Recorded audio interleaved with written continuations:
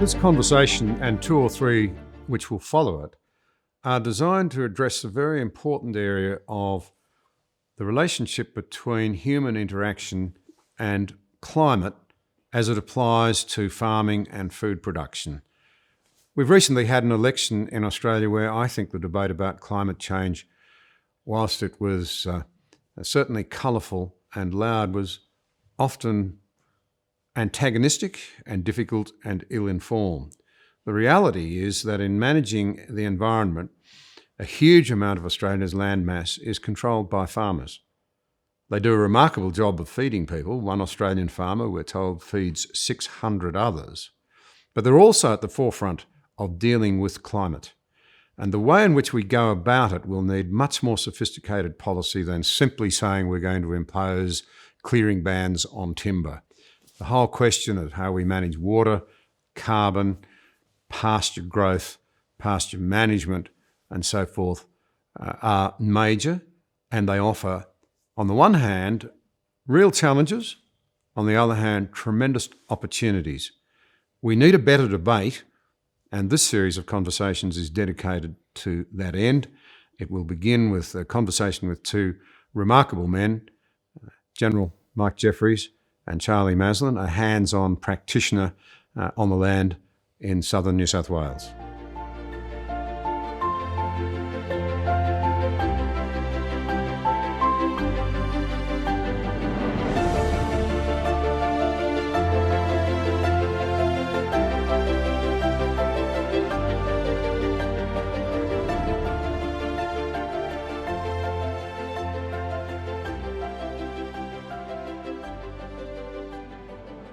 At the National Drought Summit I convened last year, there was one voice that stood out above all the others, and it was the voice of the former National Soils Advocate and former Governor-General, Major General Michael Jeffery.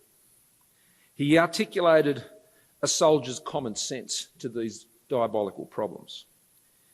He argues that 1 gram of carbon in the soil can carry 8 times its weight in water.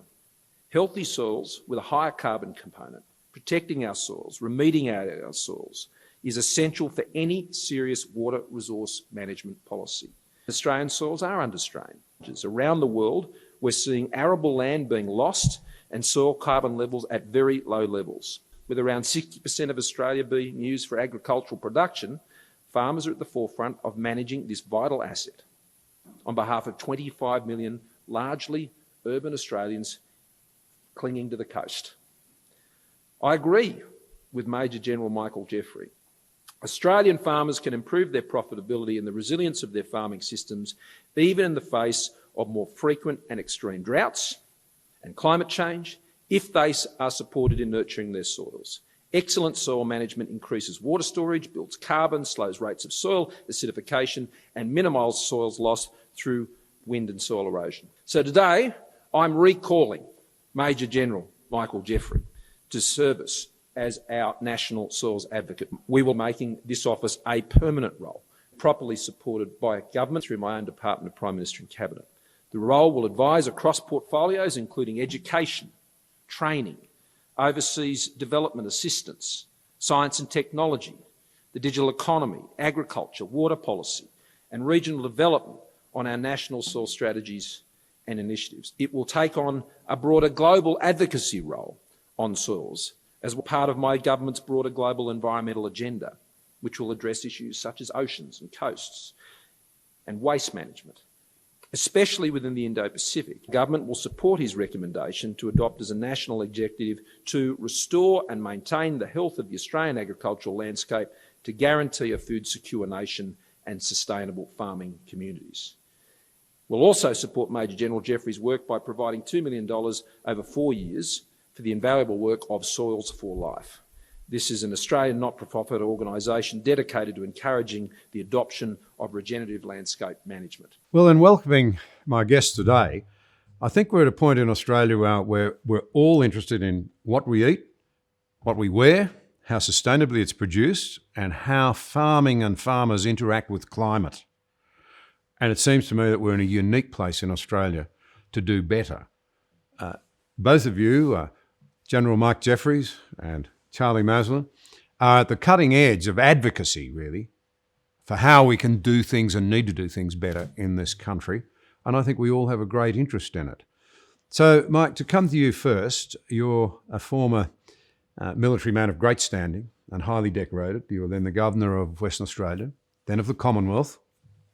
And you've gone from that role to one where you rang me as a friend when your time as Governor-General had come to an end and said you'd been seeing the interesting work that Peter Andrews had been doing.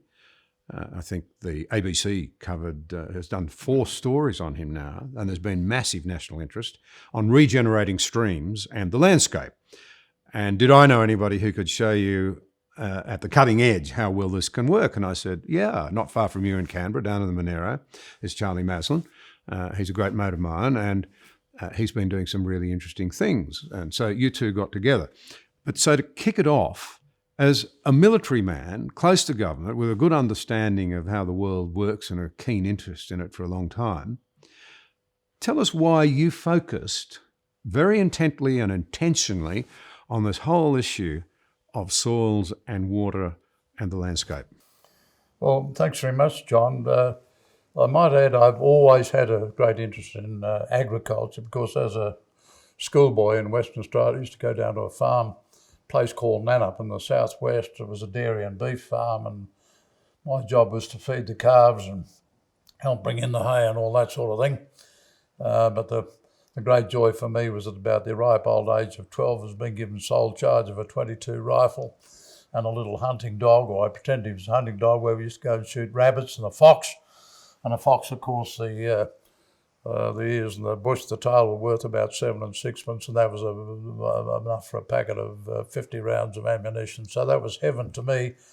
But I thought about becoming a farmer, but as soon as I went to the school cadets, soldiering was my life. And so it was the school cadets, not the foxes and the rabbits? No, I've always retained great interest, but it was the school cadets. And I had a wonderful 38 years of service in the military, and I saw a lot of the country in that process. But after becoming governor, and indeed Governor-General, I travelled widely around the country, and I spent a lot of time with my wife visiting farming communities and properties, etc., and really getting, I think, at least some basic understanding of what was happening out there. And certainly a great appreciation of what we owed our farmers and their families and local community towards what has been the very prosperous life that Australia, by and large, has had as a result of that farming effort. So I saw a lot of those properties, and then when I retired as Governor-General, I said, as everybody does when they retire, what's one going to do next? And it seemed to me from my military professional life and being interested in global strategy or global strategic issues, it seemed to me that probably the next great problem that the planet's going to face as a total is going to be on the whole subject of soil, water and food security, because we're going to have to feed a population that's going to go from 7 odd billion now to about 10 billion in 2050, and that's going to be done under several very severe constraints, namely China, India, Sub-Saharan Africa, Middle East.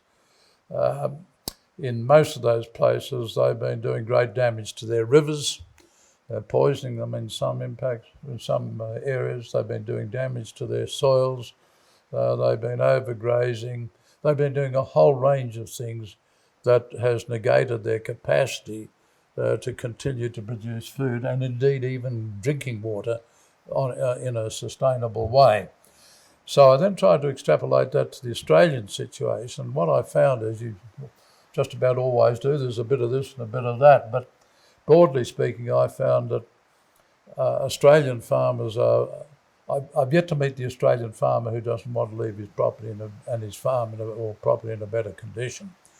But what I did find was that some farmers seem to be successful at doing that and some not so successful. And the reason that seemed to me that why farmers were not being successful was that something was going wrong with the way they were managing their properties. And again, from observations, it seemed that those farmers who were successfully integrating the management of their soil, their microbial, fungal, nutrient function, with their water, the hydrology. The water's got to be in the soil. It's no good evaporating or sitting in a dam. Dams are important, but the water's got to get into the soil eventually. And then the plants. You've got to have mixtures of plants rather than monocultures. And if you're a grazier, that's the fourth component. You've got to manage your stocking rates and levels, etc. So those farmers that were doing that successfully seem to be the ones that were succeeding. And when we first visited Charlie, of course, he became one of our original Soils for Life case studies or exemplars. I found that each of those case studies had travelled the same path. All of them at some point had said, gee whiz, we're going downhill in economic sense. Soil's not looking too good, the cattle are not as fat as they used to be, or we're not running the same level, stock levels and so on. All of them, in recognising the problems, had come up with the same solutions.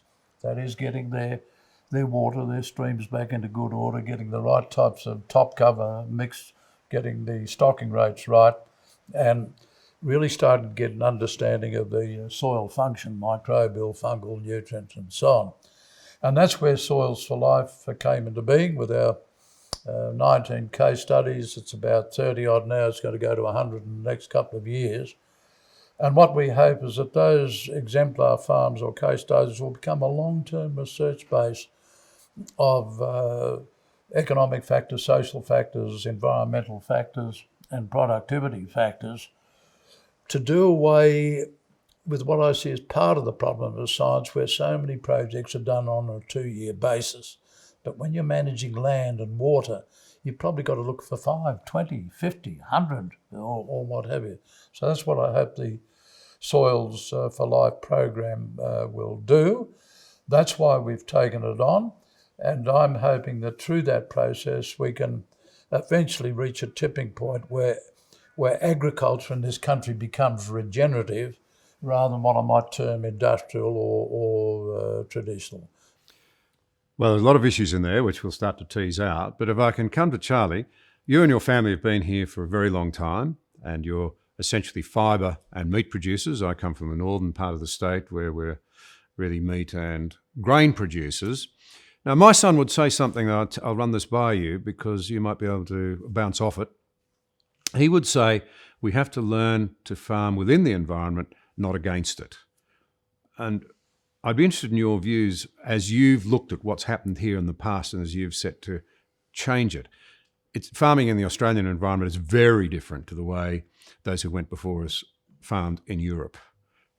What's your thinking around what you saw here and where you're trying to get to? Well, John, thank you for that. I think when I first came back here, our property had been set stocked, where we basically had stock in every paddock 365 days of the year. And that was the way just about all this district has been run since settlement. In the early days, there were big squatting runs and stock were moved about. But since the Closer Settlement Act in about 1860, stock had been basically set stocked in paddocks. When I came back, it was at the end of a 4-year drought in the early 80s. And the first thing I noticed was our riparian areas along the creek were just denuded of all plants for probably 100 metres either side due to the stock pressures either side, all the stock pressure coming in to drink. And it was just a matter of opening up paddocks to get to water. And that really shocked me, but I didn't really know what to do or go about it. But a few years later, when I started to run the property, we started to do a bit of comparative analysis work, working out our cost of production and seeing where we were going as to which enterprises we should be running. And basically at that time, we just looked at the stock and they were our focus and we didn't look at anything else. And the stock was the thing that gave us our income and our profit. So that was what we had to look at. And when we started to do our cost of production, from a good year with good rain to a year with little rain, our cost of production of wool was going up threefold. Our cost of producing a kilo of beef was going up 3- and 4-fold. And it was purely because of less rain, lower levels of production, buying in feed, higher costs, and the margins were just really totally out of our control. Which really, if you're running a factory and that was happening to you in your business, and you had no control over the cost of your inputs, and our main input we get here is rain, we sort of worked out. It's not fertiliser and genetics. It's the thing that provides the grass for the animals to eat. We had no control over what we were doing with that. And the reason I changed the way we run our place here is that it dawned on me that I really had to try and manage the rainfall in some way, try and even out the good years and the bad years.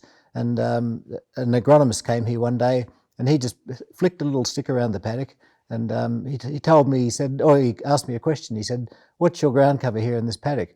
And I'd look across the land and I'd say, to me, it looked, there was quite a lot of tussock, quite a lot of dry material. It looked, as you looked across it, it looked pretty healthy. And I said, "Oh, about 80%. And he looked at his statistics he'd got from flicking the stick about, and we're about 60%. And that really alarmed me. And I think between having no control over our cost of production and seeing this figure about where our ground cover was, that alarmed me to make changes. And from that point on, we looked at grazing management. And our focus, as your son Nick said, we really changed from being managers of stock to managers of land.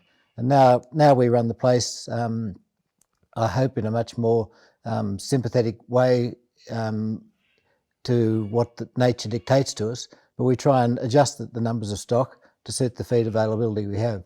And since we've done that, our ground cover levels have increased quite quickly. It probably took about 10 years to get it up, maybe 15%. We've gone from sort of the low 60s to, I guess, most years would be in the low 90s. And also, I try and measure a couple of things. One of the things I've measured is water infiltration, and that's the single biggest thing when you drive around the country at the moment and see millions of acres of bare ground. Even if we get good drought-breaking rains, how much of that rain is going to be there for plants to utilise, to get into the soil, and for plants to grow and animals to eat is going to be pretty limited because a lot runs off. And our infiltration rates have gone from roughly sort of about half an hour for 25 mils to go in, down to about, most of the time it's about 10 minutes for 25 mils to go in. There's still a lot of improvement to go there, but it's really just changing from being a stock manager to a land manager that we've made that change. And I think as a result, our expenditure during dry years, we don't try and fight the droughts. We don't just keep the stock numbers the same and bring in the feed trucks. We lower the numbers down early on. We hardly feed stock at all, and we try and just run what stock our pastures dictate to us that we can run. So I agree wholeheartedly with Nick. John, one of the interesting points that Charlie raises is on water. I don't think it's well known, perhaps even in the farming community, that about 50% of the rainfall that falls on our continent evaporates because it can't get into the soil, primarily through a lack of soil carbon. That is 25 times the quantity of water in all our dams, including the Argyle and all the big ones. So it seems to me as a matter of priority when we're looking at drought proofing and getting our landscapes back into good order, we've got to do something about capturing every drop of rain and making use of it. And this applies not just to the agricultural landscapes, that's where the biggest usage is, but it should apply also to our urban environments where we capture every drop of rain off the roofs and the gutters, and we have the town planners designing buildings, etc., so that we do capture that rain and recycle it in some way. But this evaporation rate, we have to do something about that as a national priority, because if we could even capture 60 or 70% of that 50% that's evaporated and keep it in the soil, patently we're going to have far better sustainable productivity. Patently we're going to help against climate change because we're cooling the soil and conducting more transpiration, which cools the atmosphere and everything else, creates more what used to be called the small water cycle, where when you and I were boys, we used to get a lot more showers of rainfall. That was coming from the photosynthetic process of water coming up through the plants, particularly the trees, going up on the stromata of then condensing, evaporating, and then falling as a local shower 100 clicks down the road or 50 clicks down the road. And most of that in Australia is now gone. What we're getting is now the big dumps coming in from the direct evaporation off the sea, and that's what causes obviously the big, you get the big rains for the big floods and the rapid runoff of water. So I think that point that Charlie made is about maximising water in the soil and so on is very important. And the other aspect I think of water is that and it's nobody's fault because people do what they can do at the time, what they're taught. But it is fact that about 1 million kilometres of our streams have now been incised to such a depth because of rapid runoff that they're flowing below their floodplains, whereas traditionally in Australia our streams and rivers flowed above the floodplain, and when you got a bit of extra rain... This is the work that Peter Andrews uncovered. Yes. And it's probably had a fair bit to do with getting all of us interested and a lot of Australians interested. Yes. So it's important, that's what you're talking about there. Yeah.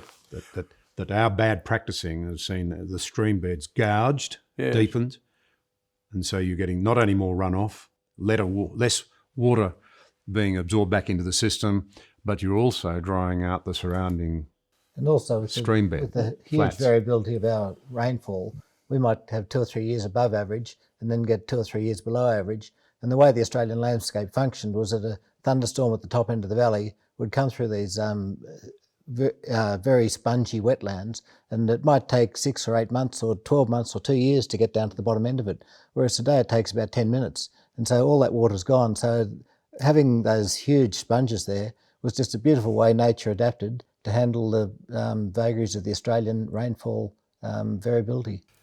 Well, on that, here's some footage right here on your place, which Soils to Life, under the chairmanship of Mike, have put together, showing what restored stream beds can look like as they are ponded up as a result of direct intervention in the landscape.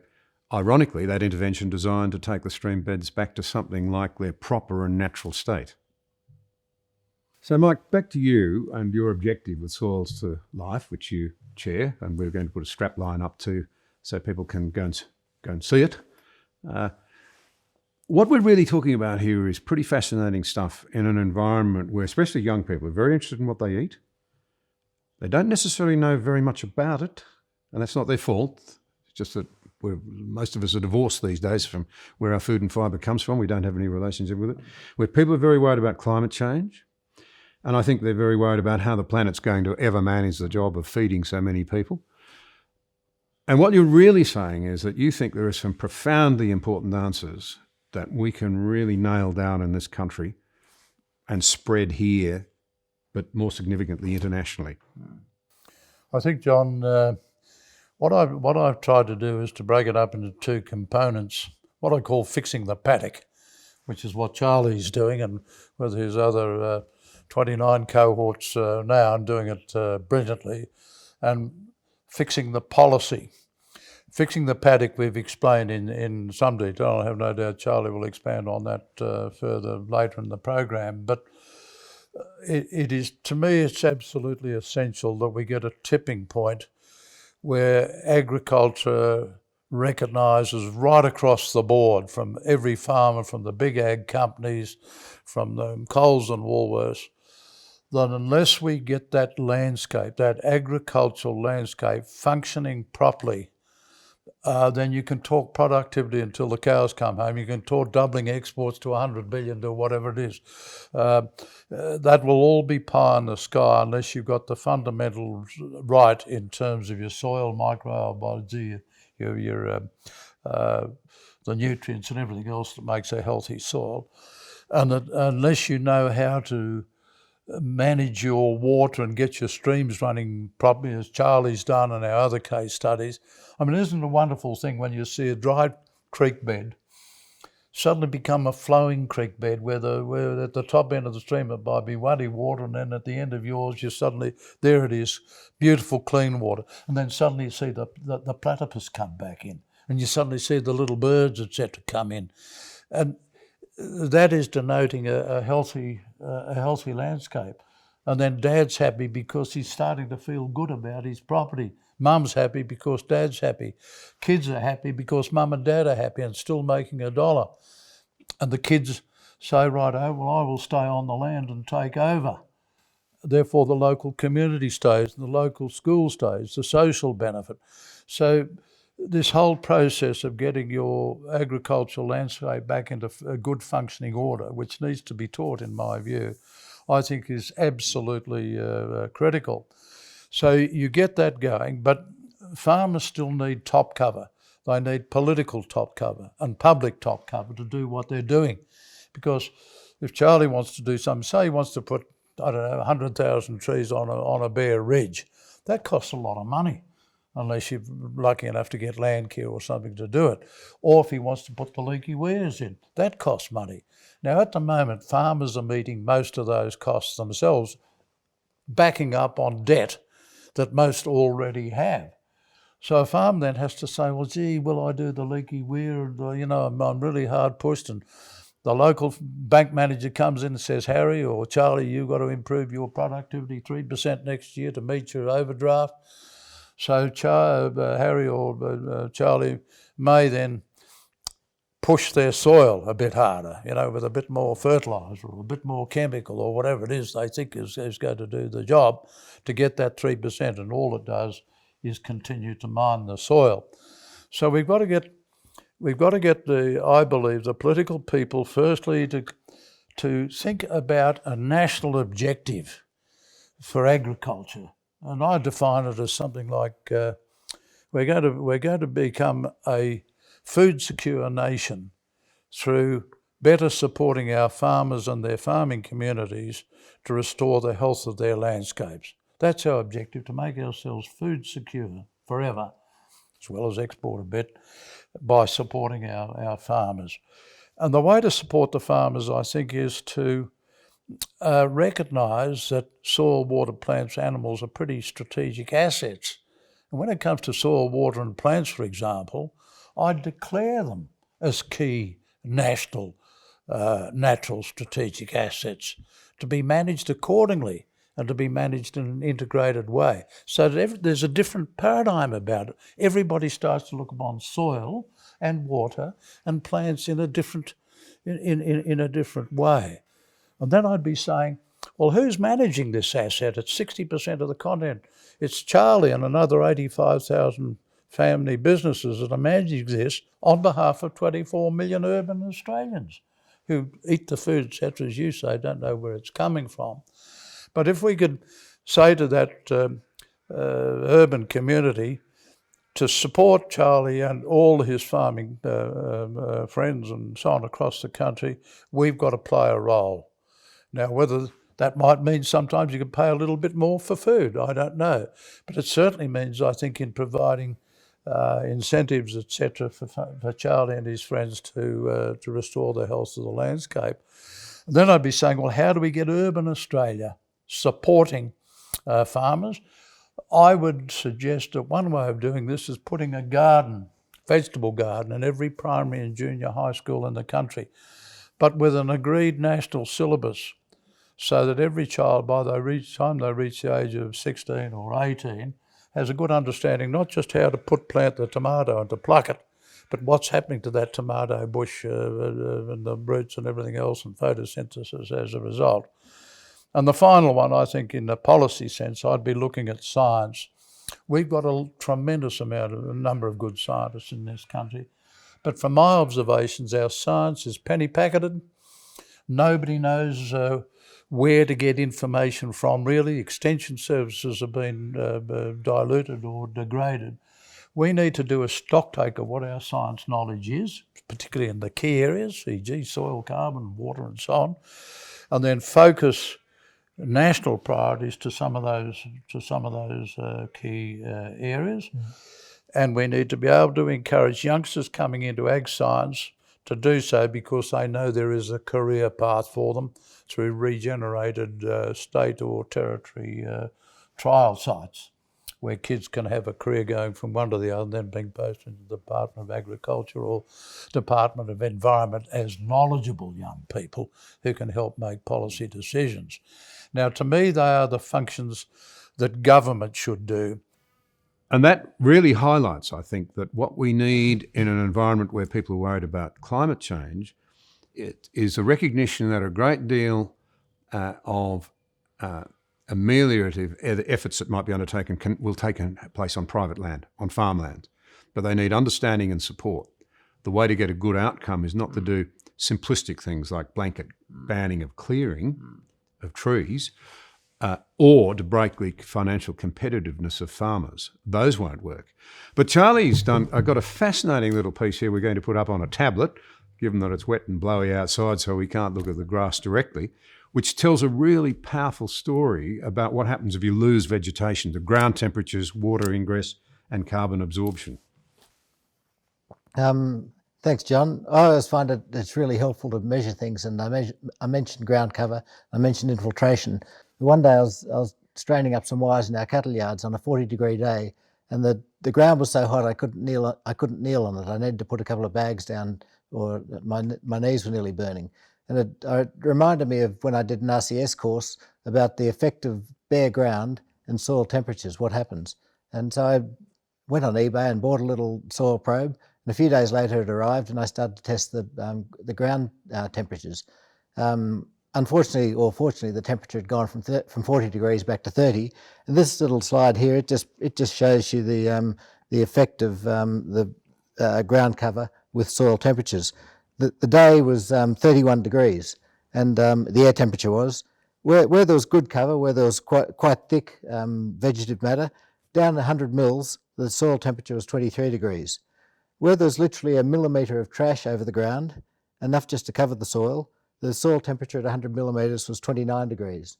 But in this patch here where it was bare, and it was only probably about a foot across, the soil temperature at 100 mils was 41 degrees, and which really highlighted to me just the effect of ground cover has. And as you drive around the country today and see just vast areas of bare ground, this is what's happening not on a small scale, but on a massive scale.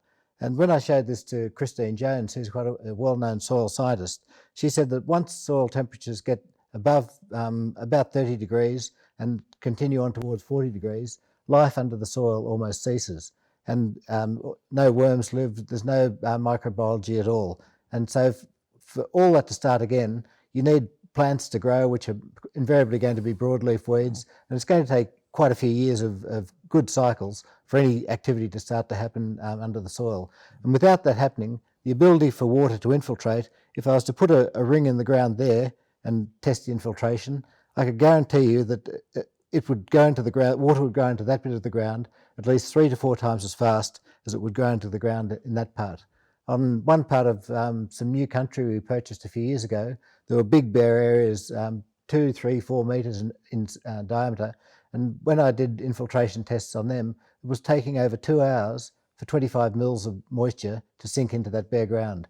Where there's a bit of cover in the adjoining bit of land a couple of feet away, it was taking about 30 minutes. The difference was massive. So at the moment we've got massive areas of the state and the country where the ability for water to get in to start the healing process is really dire. And I think this slide, it's only soil temperature, it's not the infiltration, but it really demonstrates something that we try and cover here. So we've just tried to get our ground cover up. When we first started, that our property would have had about a third of that slide would have been bare if you took a sample of ground, and now we've only got just a tiny corner of it bare. So we've been able to cover up, and as we've done that, we've improved the water infiltration. The pressure in our streams is a lot less because runoff has slowed down, and we're able to grow much more grass and I think feed and keep our cattle and sheep much healthier. So it's got profound economic implications, profound implications for water ingress. It must also have profound implications for carbon capture. Oh, most definitely. When Strzelecki came through this country in the 1840s, on some of the flats, the soil carbon levels were around 20%, and in a lot of the other areas it was 5 or 6%. Now you're lucky to find soil carbon levels of 0.5 to 1%, and so we've had a massive decline in that time. When Major Mitchell went around in his little sulky, they could follow the wheel tracks of his sulky 12 months later when they're going into the areas he'd discovered. If you went along the same ground now in a sulky, you wouldn't see the tracks there 5 minutes later. And so the ground was much more soft and porous. When scarce rainfall fell, there was a land there receptive to receive it, whereas now we've sort of gone away from that. And the only way we've been able to do it, we only run livestock, and it's just how we manage those livestock that by adjusting the numbers of stock we have, but also giving plants plenty of rest and plenty of time to recover, that the combination of those two things enables the land to be much more receptive to rain. And would you say that you're more economically sustainable? I mean, the bottom line is a farmer has to survive financially, more economically sustainable because of what really amounts to an adaptation to a climate that's completely different to the European style that our forebears tried to import? Well, we're still, 160 years on, we're still basically running a European system where we have the same number of stock on, we're on a 12-month cycle. And quite a lot of the time when we go through good years, a 12-month cycle's fine. But a lot of the time here, we've almost sort of gone back to, I'd say, a 2-year cycle in a way that we've halved our numbers of stock. At one time, we got down to about 25% of our stock. We put them all on the road, and the country just needed a good time to recover. So we're still on that, the bulk of the country is still on that treadmill, but we do really have to adapt our methods of management to suit with the variable climate we have. We've at one point here, we had, a few years ago, we had 40% of our rain in 2 hours one afternoon for the year. And we had over 200 mils out of 500 mils for the year one afternoon. And so if your country was bare, I'd say you would retain about 2 or 3 mils of that. And even though you might tip out of the rain gauge 200, that's what you think you got. But you've got to really measure the infiltration. So you've got to really be prepared for those times. And when a drought time like this, when that first drought-breaking rain comes, everyone gets excited, but it's not what you measure in the gauge, it's really what you should be measuring that gets into your soil probably at 100 mils. It's a really important thing. And I think managing your land by adjusting numbers is the only way you can do it, so that you leave something there to trap the moisture so that your plants can grow when the drought ends. And that's probably the most important thing that you have to manage at the moment. And I believe, and that's backed by former Chief Scientist Robin Battenham, he believes that we could neutralise all our industrial emissions, 550 million tonnes of CO2 going up into the atmosphere each year. We could neutralise that by pulling down that equivalent CO2 and sequestering it in a well-managed landscape, a landscape that's got sufficient carbon. And of course that offers a huge potential for flexibility for governments then to transition to a more fossil-free energy policy, but done on a properly planned basis. So I think this carbon and getting water into the soil and cooling, etc., measuring it, the impact then on pulling CO2 down from the atmosphere is of absolute critical importance. Well, this is really interesting. So we'll come back to government policy in a moment, because I think that's terribly important. We need community support, we need government support for good policy as we learn not only how to make our systems more sustainable, but to make them bigger contributors, if you like, to better environmental outcomes of the sort that people in urban Australia want to see.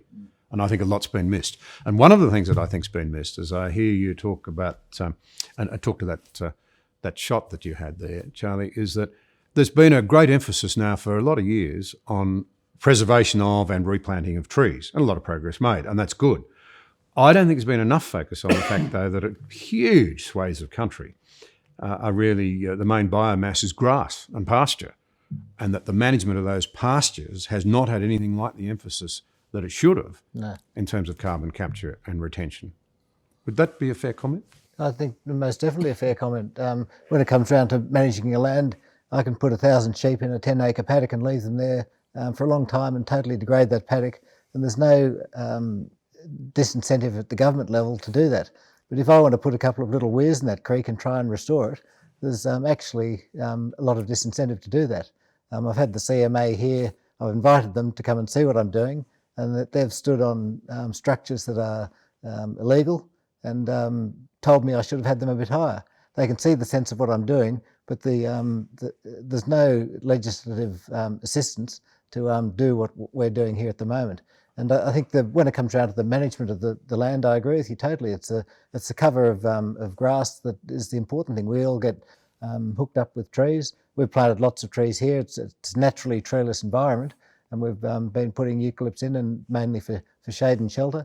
But when it comes around to the riparian management, there's not a stream. I drove from here up to your place a few years ago, 800 odd kilometres, and in that trip I did not see one stream that was still intact as it would have been prior to settlement, and which is really quite alarming. And so what we're doing here is slowly trying to restore those streams very timidly, because what we're doing is basically illegal, and we're timidly rebuilding these streams to increase the flow, to trap the flow of water in the first place and make it last for longer, when it gets dry. And just on the land care front, we have quite an active little land care group here and good membership. And at one of our last meetings, when it came up for new projects, one of the fellows furthest downstream from us, he put his hand up for a project and he said, I just want you to do more work of what you're doing up there because I can see the benefit in our streams where I am, because it takes longer for the water to get down. But when it gets dry, the streams still keep flowing. And I think that's the more work we can do with that. The big picture, of course, is the paddock and getting the cover. And the small picture is doing the Peter Andrews stuff and getting the streams right. And I think it's really important to anyone that comes here to talk about that. I say that there should be 9 points of effort put into getting your pastures right in the first place, because that's the big capture.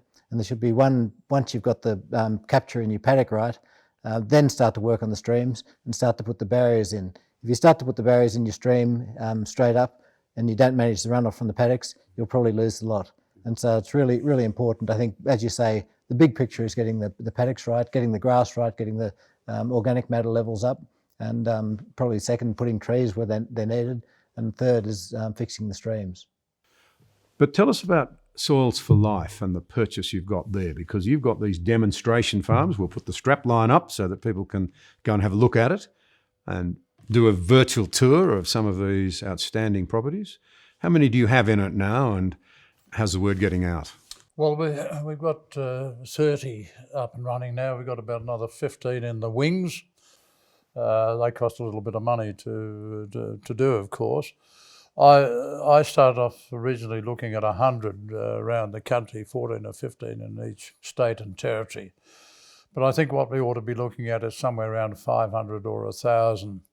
In other words, getting sufficient numbers of the Charlie Maslins around the country that it provides a tipping point that is impossible to stop.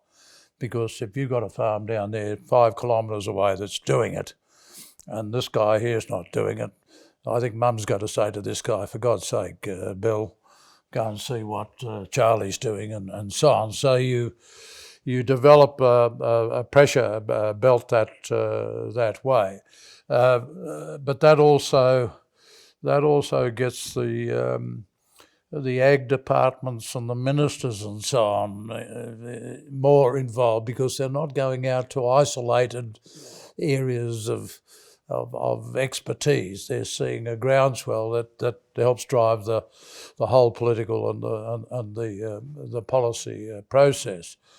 But I'm very careful in the hundreds of talks I've given now to about 8,000 farmers is never ever to lay blame on anyone or anything, because we all do what we're taught to do in the environment of when we're growing up, from schools, our churches, the footy clubs, what Dad teaches on the farm, etc. But at some point in time, I think, like every business, like the military, you do a stock take and say, hey, are we still headed in the right direction? And I think patently now we're realising that we've got some fundamental things to fix. But the big incentive to me is that if we get this landscape back into good shape, and to do that we've got to have the teaching institutions. We've got to make sure that the ag colleges are teaching these things. We've got to make sure that the universities are teaching. We've got to make sure that the deans of agriculture are behind. We've got to make sure the president of the National Farmers, I'm talking general terms, are right behind this process, so that we're all singing from the same sheet of music. But the benefits in so doing for farming is, firstly, we're going to have a sustainable agricultural industry forever. We're going to pull down CO2, which is going to impact on climate change or make us better prepared to deal with the inevitable changes of climate. And I think with the carbon credit scheme, if we manage that properly, that's going to provide another income source for farmers that could be very, very profitable, as well as, again, helping to deal with the climate issue by pulling down CO2 and sticking it in the soil. You touched on something there that's very important, I think. We've just had an election where climate change was a major issue. it's really important, I think, for people to understand very clearly that further damaging the economic viability and competitiveness of the Australian farm sector will not help us grapple with the climate. So whether it's transport costs and what you do with transport to bring down emissions, whether it's power costs, which are crippling the dairy industry, for example, as we speak, because they've got out of control over the last decade, those sorts of things, we need a much more sophisticated approach to policy, whether it's at the level of farming practices, as we've been talking about, or the level of macroeconomic policies that bear on farming. Yes, I think in terms of getting this sustainable agriculture, food secure nation, patently it's got to involve the whole of the public, and bit by bit I think that's happening, because people are now far more interested in food and nutrition, they're interested in water, they're interested in climate change, and I think they're increasingly interested in supporting farmers, but they don't quite know how best to do that. Concurrent with that, though, it's very, very important that I think ministers at federal and state and territory levels are involved in helping to implement this mission that I've suggested of having a food secure nation, to better supporting our farmers to restore the health of their landscapes. Because if you think about it, it's not just the agricultural minister. The environmental minister's got to be involved, because that involves all the things that Charlie was talking about, fixing the streams, the trees on the ridges and everything else. It involves the health minister, or should, because if the health minister can see that through a healthier soil, healthier animals, healthier people, he or she's got to save 20 billion off the health budget, then the government can allocate 10 billion of that back into supporting farmers to fix their leaky weirs, etc. It should involve the defence minister and the foreign affairs minister. Defence, because defence can say the risk of social disruption now because of the soil, water, food security issues has now been reduced because of what we've done. Then maybe there's a couple of billion from defence goes into the agricultural area, or they might want to spend it on other things. That's a novel thought. The foreign affairs. To me, the aid program, if I was doing it, rather than doing lots of little projects, I would pick something that is going to make a substantial difference to agricultural/environmental well-being, whether it's in Indonesia or China or Bangladesh or wherever it might be, where you get real bang for the dollar as part of this process of getting the healthy landscapes around the rest of the world. And so you can go through just about all the major departments: regional development, Aboriginal affairs. I think if we did that, this country would lead the world very, very quickly, because we've got the people, we've got the institutions, we've got the resources to do it. And in so doing, we'd not do just a national good, but we'd do a global good as well. Well, Charlie, to come to you as one of the first of the demonstrators, if you like, model farms, model property operations with Soils for Life, do you have any particular thoughts on how we buy or gain greater buy-in from more farmers, given that there are such tremendous opportunities here if we get it right? I think the model that Mike's got going is for farmers to teach other farmers about what they're doing.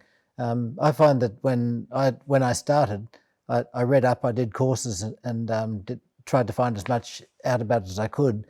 But I think one of the things that really helped me make the change was going to talk to a couple of local farmers who are doing things differently, and overcoming all those obstacles and the questions. Having another farmer answer your questions is on a practical basis is what you really want to hear.